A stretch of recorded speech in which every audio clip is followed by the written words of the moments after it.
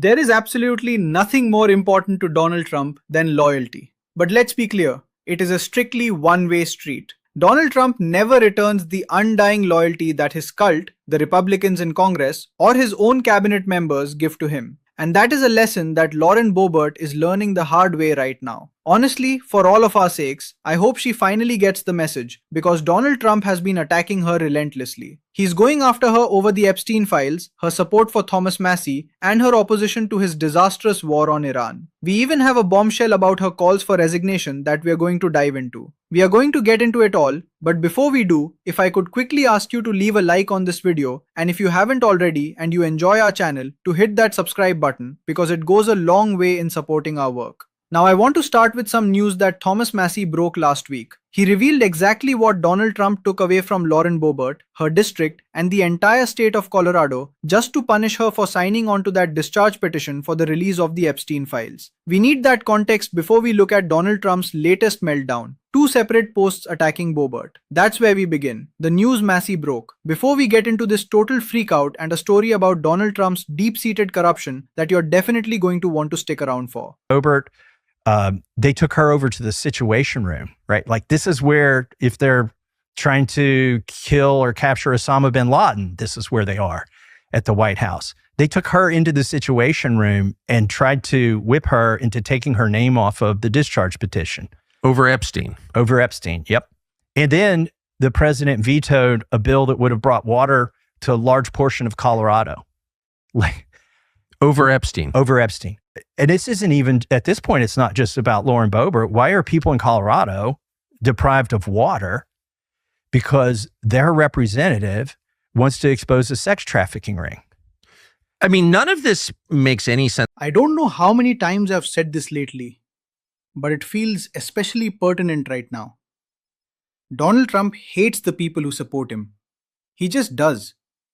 Donald Trump genuinely despises you if you are one of his supporters.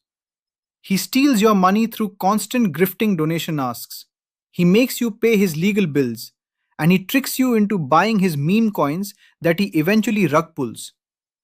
Donald Trump hates the people who give him undying loyalty, like Lauren Boebert, the very second that loyalty flinches. Trump actually decided to hurt every single person in the state of Colorado just because Lauren Boebert didn't want to help him protect predators. And yet, she still kind of does. She won't make any direct accusations against Donald Trump, even though she absolutely should. And that is especially sad in the context of Lauren Boebert now calling for the resignation of Cory Mills. Take a look at these 2 clips right here. This is a huge part of the reason why Donald Trump is attacking her right now in these posts that we are about to check out. Congressman, is it time to expel Cory Mills from Congress?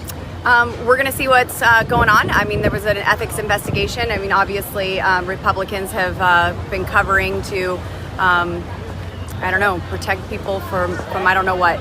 Listen, if you have restraining orders because you're abusing women and that's true, like, you have no business being here. I'm tired of protecting these people with horrible pasts and who are really victimizing women. So you think Cory Mills should be out? Well, I mean, we're going to see what comes up with that. I mean, we know that a lot of money was stolen from FEMA by our great congresswoman there on the Democrat side, and she will be expelled on the 21st. Mm-hmm. I mean, you're beating women. I don't think that you should be a representative in Congress. He's denied the allegations. Do you not believe him? I mean, who hasn't denied allegations? Everybody does. So, I mean, you have temporary restraining orders. You have body cam footage of stories changing. I don't know. So we'll see if the vote comes up. Cory Mills is a disgusting individual and a criminal, and he absolutely should resign from Congress. But let's be real, Donald Trump is also a disgusting individual and a criminal, and he should resign from the presidency. It is absolutely insane that Lauren Boebert can simultaneously call out Cory Mills and then turn around and act like the allegations against Trump are just some conspiracy. Donald Trump was convicted. He's an adjudicated rapist. What are you even talking about, Lauren? How does that not cross your mind? Where is the cognitive dissonance coming from? It is pure insanity. That is the level of Lauren Boebert's undying devotion to Donald Trump, that she can utter those words without acknowledging the massive hypocrisy baked right into them. And yet, despite all that loyalty, Donald Trump is attacking her right now. He's going after her because of those calls for resignation, because she's out there campaigning with Thomas Massie, and because of her stance on the Epstein files. There is so much more to break down here, but let's get into these posts first and see exactly what he's saying. Trump wrote in his first post, "Quite frankly, is anyone interested in running against weak-minded Lauren Boebert in Colorado's 4th congressional district? You remember Lauren moved to the district when it became obvious that she couldn't win in her original congressional district, the 3rd. A carpetbagger indeed." Boebert is campaigning for the worst Republican congressman in the history of our country, Thomas Massie of the great Commonwealth of Kentucky. And everybody who can be that dumb deserves a good primary fight. Even though I long ago endorsed Boebert, if the right person came along, quite frankly, it would be my honor to withdraw that endorsement and endorse a good and proper alternative. Just let me know or announce your candidacy and I will be there for you. President Donald J. Trump. Trump also wrote, "Word is that Rand Paul and Lauren Boebert, very difficult and highly unreasonable Republican votes, are right now in the great Commonwealth of Kentucky, which I won by 31 points, parading around like fools for the worst Republican congressman in the history of our party. His name is Thomas Massie, and he's a disloyal, ungracious, and sanctimonious fool."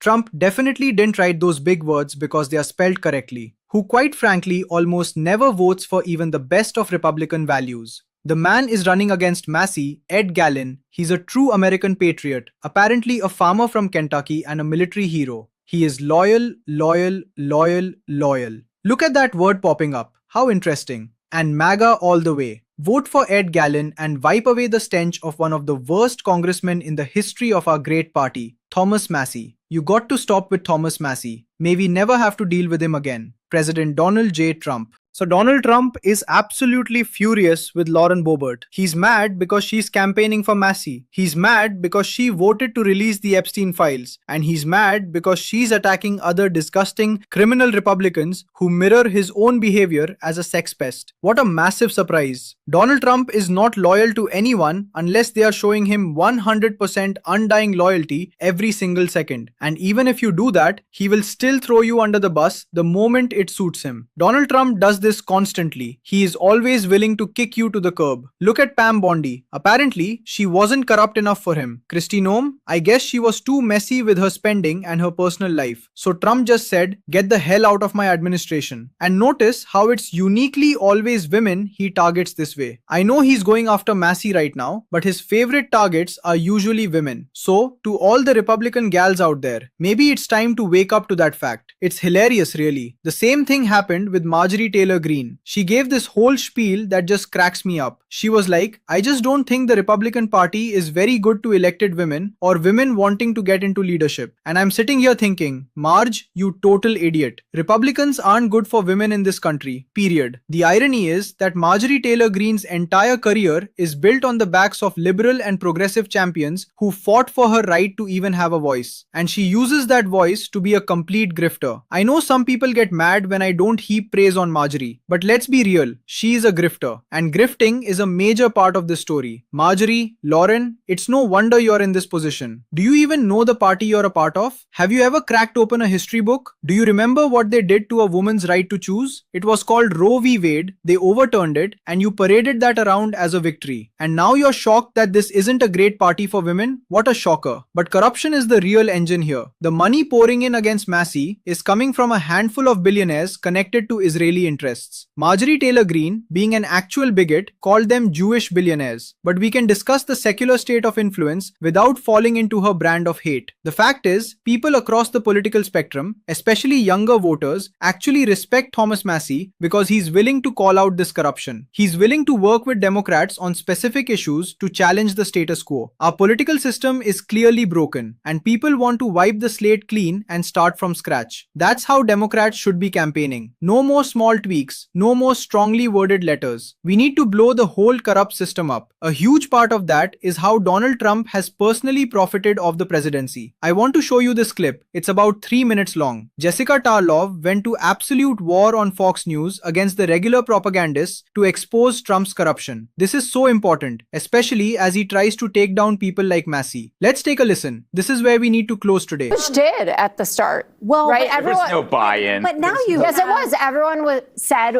we want to weed out fraud, waste, and abuse. And then you torched Elon Musk's cars. No. Well, that's not just. Jessica did not personally torch. I saw her.